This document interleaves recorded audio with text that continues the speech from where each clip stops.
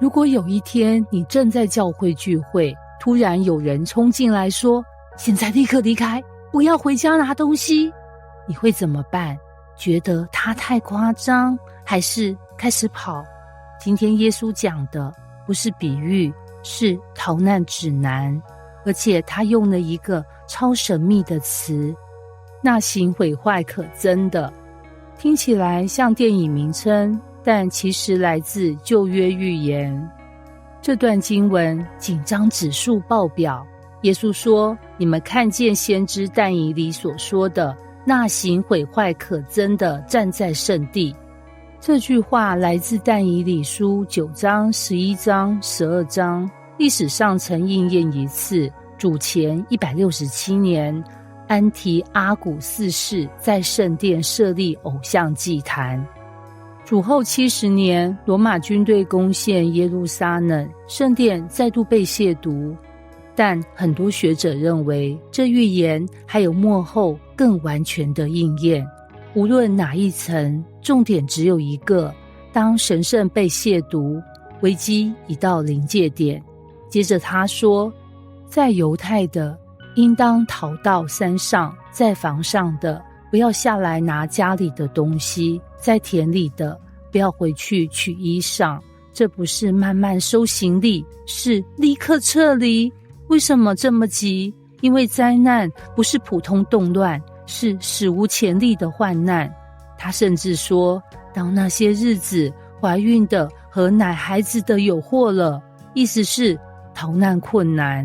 耶稣不是制造恐慌，他是提前预警，因为那时必有大灾难。从世界的起头直到如今，没有这样的灾难，后来也必没有。这是强烈语气。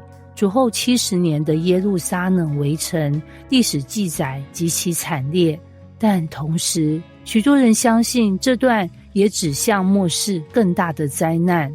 关键一句，若不减少那日子，凡有血气的总没有一个得救的。只是为选民，那日子必减少了。即使在审判中，神人掌权，灾难有界限，不是失控。耶稣再次提醒，若有人对你们说基督在这里，或说在那里，你们不要信，甚至假基督、假先知将要起来显大神迹、大奇事。这句话很震撼。神迹不等于真理，如果连神迹都可能被模仿，那我们依靠什么？答案是，耶稣已经告诉你。他说，看啊，我预先告诉你们了。意思是不要被临时惊吓。闪电从东边发出，直照到西边，人子降临也要这样。真正的再来不会是秘密行动，不需要内线消息，不需要私人群组，他来时全世界都会知道。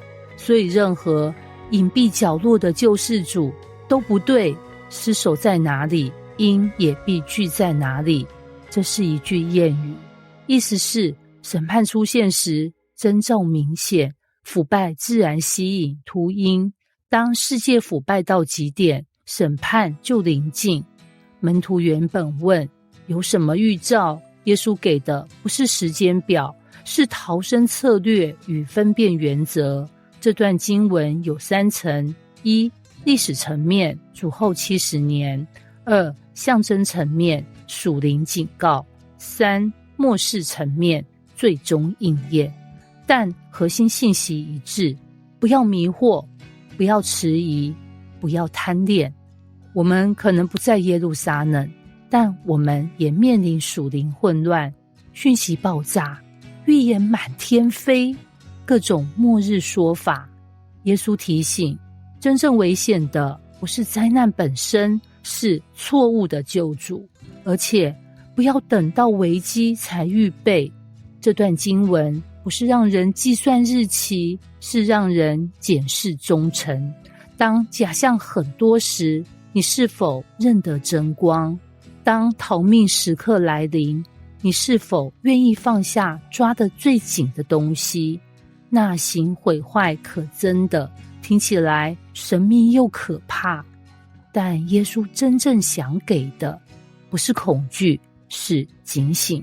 当一切动荡时，不要跟风，不要上当，不要拖延。真正的王来临时，像闪电一样明显。问题不是世界会不会乱，而是当真光闪现时，你站在哪一边。